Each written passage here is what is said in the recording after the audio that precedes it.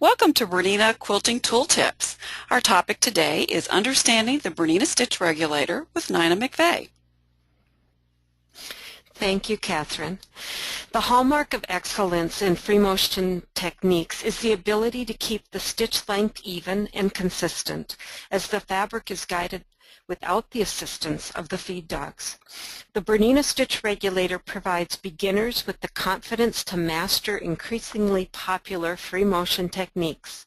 For more experienced free motion stitchers, the Bernina stitch regulator offers the added security of consistent stitch length, providing the confidence to try more challenging techniques. The Bernina stitch regulator is an innovative accessory that is far more than just a presser foot. It is part of a dynamic interaction between quilter, accessory, and the Bernina sewing machine. After extensive development and testing, the Bernina stitch regulator was patented as a unique innovation that is still unparalleled today. The stitch regulator is attached to the Bernina compatible machine just like any other presser foot. The stitch regulator sits slightly to the right, so it is very easy to attach to the machine. The stitch regulator is then plugged into the machine. Some models have a plug-in on the back of the machine, and some models have a plug-in under the head frame in the back left corner. When the stitch regulator is plugged in, a special screen will appear. The look of this screen may vary depending on the model of Bernina machine you have, but the functions on the screen are the same. It is from this screen that you will choose the straight or zigzag stitch, mode 1 or 2, and the beeper signal that indicates whether you are moving too fast. You will also select stitch length and width, as well as needle stop up-down. The Bernina stitch regulator comes with 3 different soles.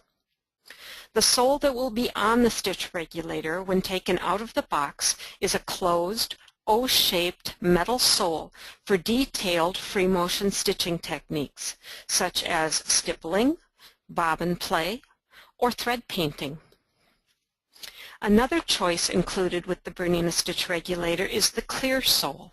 It is perfect for echo quilting and for doing medium to large scale free motion stitching techniques. The large sole moves easily over raised areas. It's useful for stitching thick battings as it compresses a larger area around the needle, increasing visibility. Crosshairs and concentric circle markings aid in accurate stitch placement. An open C-shaped metal sole is available for added visibility in front of the needle. Good for following printed or marked lines. The prongs of this sole are slightly curved, facilitating movement over several layers of fabric or several layers of thread. To change soles, press in the white notch on each side of the foot. That will release the sole, and it may now be easily removed by pulling down and forward. To add a new sole, make sure the sides of the sole are placed over the lower notch as you see in my photo.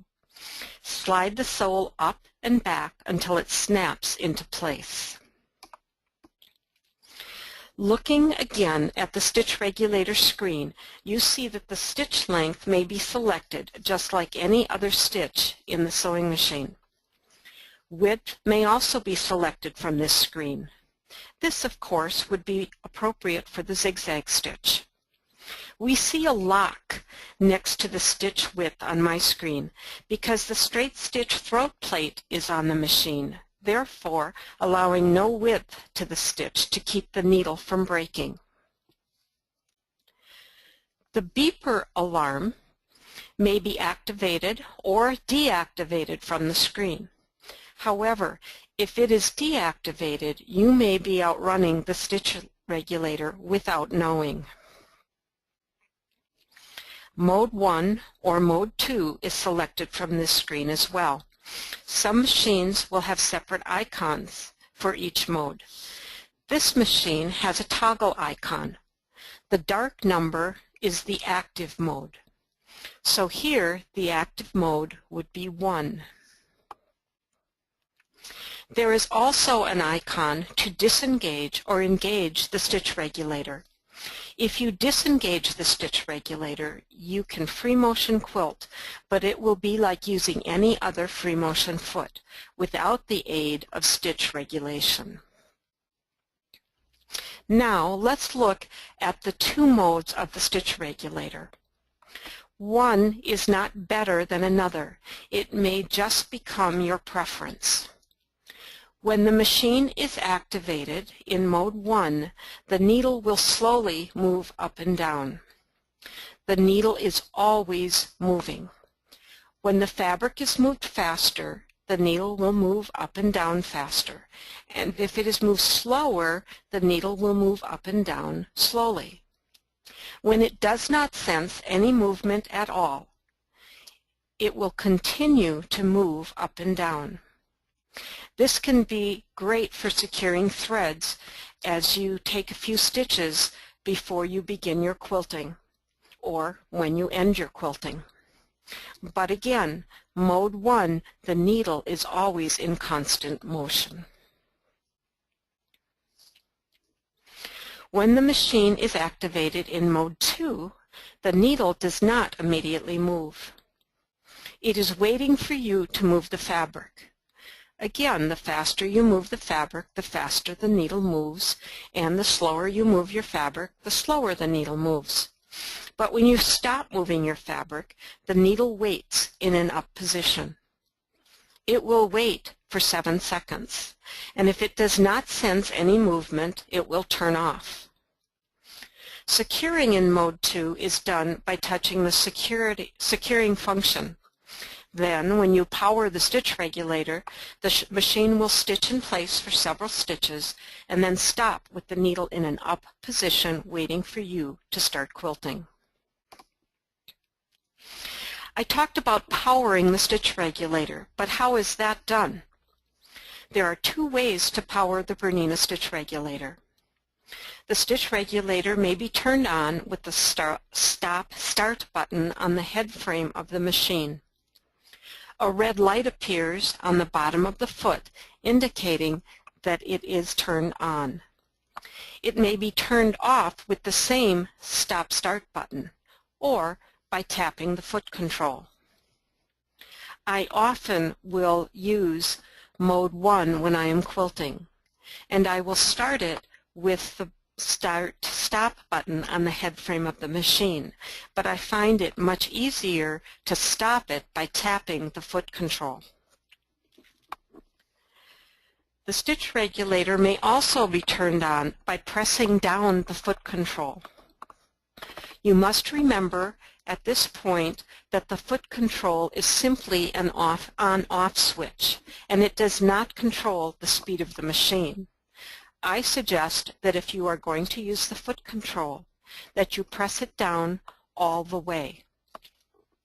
When you do press the foot control down, a red light appears on the bottom of the foot, indicating that the stitch regulator is on.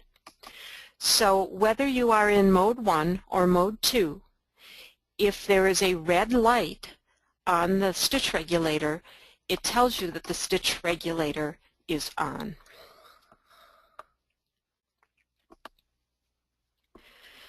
The stitch regulator is an investment that you have made in your quilting, so it is important that you take care of it. You can see on the bottom of the foot is an electronic eye. This eye needs to be kept clean. So if you have picked the stitch regulator up and put a fingerprint or a thumbprint on this eye, it may not read correctly. Or if you use a lot of chalk in marking your stitching lines, that chalk may also cloud up this electronic eye. So it is important that you keep it clean. You will clean it just like you would clean eyeglasses with a soft cloth and just wipe away that fingerprint or that chalk. Free motion stitching should be enjoyed. Free motion quilting should be enjoyed. Free motion work takes practice. One of the things that you can do is draw your design. Draw it over and over again. Do lots of doodling. You need to relax, breathe, and practice. Let the Bernina stitch regulator shorten the learning curve. The Bernina stitch regulator provides beginners and experienced alike with confidence to master